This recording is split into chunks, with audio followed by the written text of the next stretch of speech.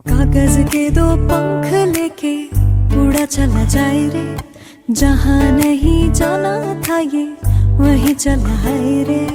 कागज के दो पंख ले সবাইকে অনেক ওয়েলকাম। তোমার সাথে কেমন আছো? তোমার সাথে অনেক ভালো আছো, আমি অনেক ভালো আছি।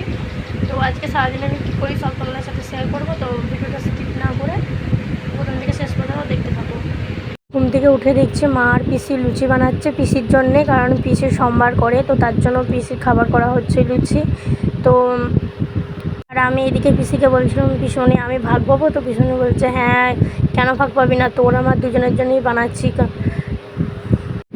এদিকে দেখো পিসনি বেলা স্টার্ট করে দিয়েছে আর ওইদিকে মা ছাঁকতে শুরু করে দিয়েছে।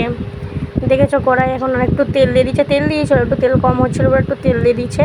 তারপর তেলটা গরম হওয়ার পর দেখো ছাঁকতেও শুরু করে দিয়েছে লুচিটা। আর সত্যি লুচি ছাঁকার সঙ্গে সঙ্গে যেটা স্মেল বেরোয় না, এমনি খেতে মন যায় গরম গরমটাই, মানে কোনো তরকারি লাগবে না। দেখো বলতেই আমরা সব লুচি ছাঁকা হয়ে গেছে। আর এখানে আলুর তরকারি করেছিল আর একটুও না দেরি করে ছাঁটাতে শুরু করে দিয়েছিলাম। আর এইদিকে ঠাকুমা দেখতে পাচ্ছ ব্লাউজের একটা হুক বসাচ্ছে, তো সেটাই আমি দেখাচ্ছিলাম যে আমার ঠাকুমা কারিগর ভালো আছে, কোনো টেলার লাগবে না। তো এখানে দেখতে দেখতে আমরা যাচ্ছি এখন কোথায় বলো তো, আমরা যাচ্ছি এখন আমাদের যে বাড়ির কালী পুজো হলো, তো কালী মায়ের পুকুরে স্নান করতে। তো মা আমি দুজনেই যাচ্ছি। পিসমণি সকালবেলায় স্নান করে এসছে, যেহেতু আমি সকালবেলায় উঠতে পারিনি ঘুম থেকে, সেই কারণে আমি সকালবেলায় যেতে পারিনি। তো আমি যাচ্ছি বেলার দিকে। আমি যখন চান করতে যাচ্ছি তখন প্রায় 11টা 20 মতন বাজে। তো দেখো ওই যে দেখাচ্ছিলাম এই যে এটাই হচ্ছে মায়ের পুকুর। তো দেখেছো শান্তি বাঁধানো আছে, তো ওইটাতেই চান করবে। দেখো চান করে উঠে পড়েছি। তো চান করার সময় আর ভিডিও করিনি, কারণ আমার ক্যামেরা ধরতে কেউ নেই, আমাকে একাকি করতে হয়। তো চান করে উঠে মায়ের মন্দিরে প্রণাম করতে গেছি। দেখেছো যেহেতু পুজো হয়েছে আর হয়েছে মানে পাটা ফাটা কাটা হয়েছে, রক্ত ফক্ত হয়েছে, মন্দিরটা ধুয়ে দিয়েছে। গেলাম মাকে দর্শন করে এলাম, তো মাকে প্রণাম করে দিয়ে বাড়ি চলে এসেছি। বাড়ি এসে ড্রেস চেঞ্জ করে মাথায় দিয়ে বলছি প্রচণ্ড গরম, প্রচুর গরম করে চান করে এসেছি বলে মনেই হচ্ছে না, পুরো ঘেমে আরেকবার চান করে গেছি আমি বলে। তারপর থেকে আর কোনো আমি ভিডিও চালু করিনি ব্লগটা। তোমার শরীরটা একটু খারাপ করছিলো বলে আমি শুয়ে পড়েছিলাম। এটা হচ্ছে বিকালের দিকে 5টার দিকে। তো ভাবছিলাম যে কখন জল আসবে, আমি কখন একটু চান করব। জল আসার অপেক্ষায় আমি ছিলাম, যে প্রচণ্ড গরমে কষ্ট হচ্ছে। 40 ডিগ্রি তাপমাত্রা, হলে গরমে কষ্ট হবে না? দেখো চান টান করে চুলটা খুলতে পারিনি, প্রচণ্ড গরম করছে বলে। দিয়ে চুলটা গুটিয়ে রাস্তা ধারে বসে আছি আমি আর পিছনে, মানে ফাঁকটা দিয়ে বসে আছি।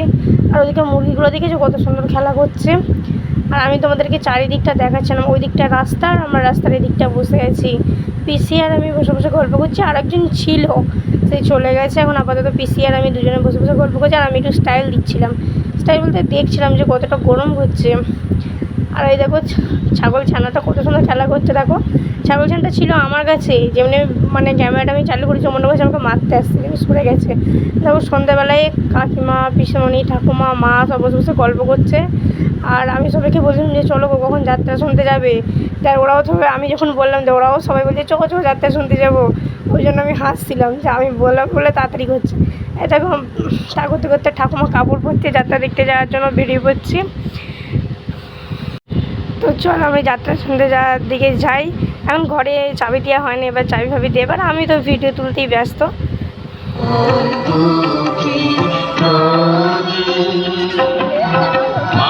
বন্ধু তোমাদেরকেও একটু যাত্রা শুনিয়ে দিলাম। তো আজকের ভিডিওটা কেমন লাগলো, যদি ভালো লাগে অবশ্যই লাইক কমেন্ট শেয়ার সাবস্ক্রাইব অবশ্যই করবেন। তো সবাই ভালো থেকো সুস্থ থেকো। আজকে এখানে ভিডিওটা শেষ করছি।